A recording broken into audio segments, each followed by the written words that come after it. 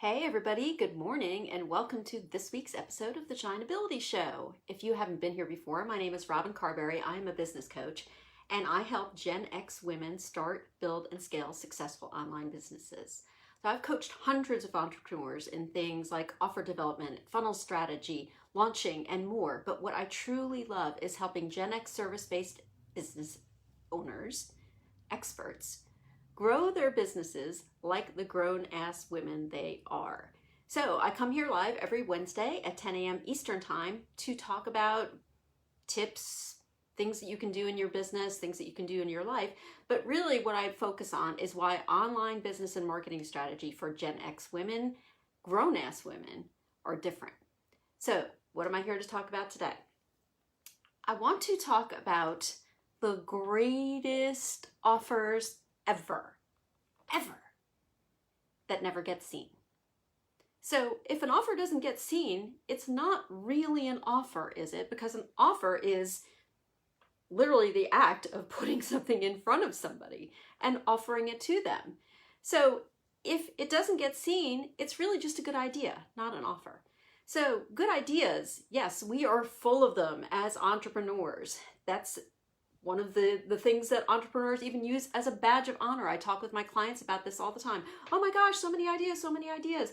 And as the head of your business, the CEO of your business, like that is your job, to be the visionary. It's not necessarily that you are an implementer, but especially when you're getting started, before you start building a team or as you're building a team, implementation is part of your job.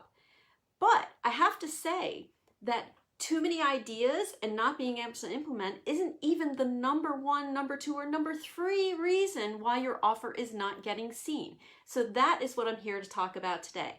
What are the top 3 reasons that your fabulous, amazing offer is not getting seen and what you could do about them? So reason number 1, and this is the biggest reason, is that you haven't launched your offer yet because it's not perfect. I work with my clients on this all the time, and I'm going to share with you exactly what I share with them when it comes to this block of perfection preventing you from launching an offer. So thing 1 is that there are people out there right now today, literally right now, who need what it is that you have to offer. They need it whether it's 70% perfect or 50% perfect. They need your help today. Thing 2 is that if you get too up in here and you keep adding things into your offer to make it better, to make it more perfect, what you're really doing is taking it away from the person here who needs your help and building up into something that they're not even ready for, that they'll be overwhelmed by, that they won't understand. So you've got to bring yourself back to this person here. Who is she and what does she need now? What is she looking for help with now? And get the stupid thing out there. That way, if you do need to make changes, you are making changes based on real data and not what's happening in your head. So that's the first thing. The second reason that your fabulous offer is not getting seen is because you're not talking about it. So this is something else that I work with my clients on all the time. Value content is great, and I encourage you to put value content out for multiple reasons, which I talk about all the time, and I will continue to talk about. It builds trust. It helps establish you as an expert. It helps people. But if all you do is put out value content and you never let people know how they can work with you, they're going to take all that wonderful value content and they're going to learn from it and they're going to think it's amazing and exciting, and then they're going to go hire somebody who actually tells them how they can work with them. They're going to go look at their offers and say, yes, this is what I need. Thank you for all that value content. I'm going to hire somebody else. You have to let people know what your offers are and how they can work with you so they know they can. All right, so that's the second reason your fabulous offer isn't getting seen. The third reason your fabulous offer is not getting seen is not enough eyeballs on it. So you might have an offer out there right now that is proven and people are buying it, but just not enough people. So that's where you have to think about traffic. So the second I say traffic, immediately everybody goes to paid traffic. And I'm not saying that paid traffic isn't an important part of your strategy. It is, but it's not necessarily where you need to start. You have resources right now that are available to you to bring traffic to your offer. And even if you are running paid traffic, you do need to focus on these other sources, because they are things that you have more control over that are actually going to build your business even bigger in the long game, right? So the first thing is your email list. Are you emailing your list to let them know about your offer? Even if you have the best open rates on the planet, if your open rates are 40, 50, 60%, guess what? If you email one time, there's 60, 50, 40% of the people on your list who never even saw it. So you have to share it more than once.